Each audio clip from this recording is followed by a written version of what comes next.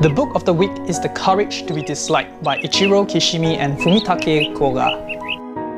This is a book I enjoyed very much. It is presented in the form of dialogue between a philosopher and a youth, and it's simple to read. Those who are familiar in the field of psychology will be familiar with the two giants, Sigmund Freud and Jung. Alfred Adler, whose ideas were counter to theirs, was known as the third giant. And this book is based on Adlerian Psychology, which gives us a different perspective from the cause and effect psychology that most people can relate to. There are 3 key learnings that I want to share from this book. First, people can change and be happy from this moment onwards.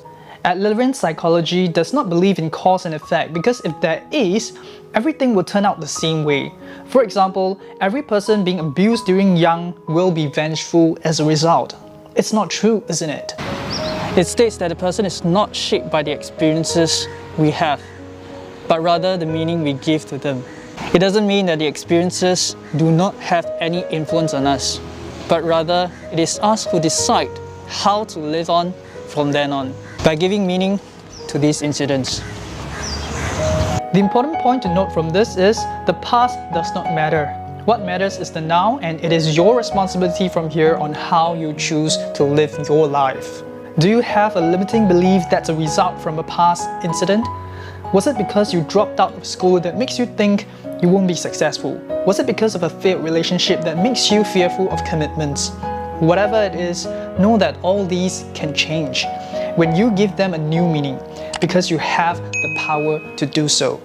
You have the power to be happy right now. The second learning I want to share is that all problems are interpersonal relationship problems. There's no such thing as internal worry or problem in Adlerian psychology, because whatever worry or problem it is, there will always be other people directly or indirectly involved. This happens because of comparison and competition, which leads to feelings of inferiority or superiority. Such feelings are often a value judgment of oneself and is subjective. For example, for a guy, I'm considered short. If I define my worth based on my height, I would feel inferior, and that's because I'm comparing with taller guys. However, the beauty of being subjective is I can define it myself in any way I want.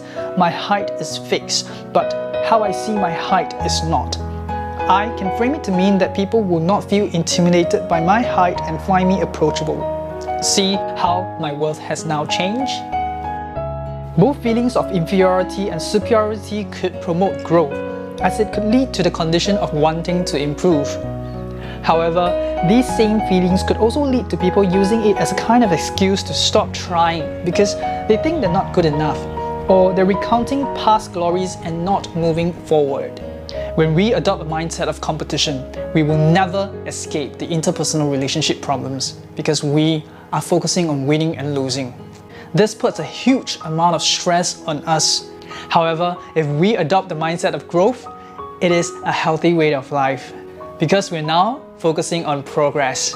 It doesn't matter if you're fast or slow, as long as you are moving forward.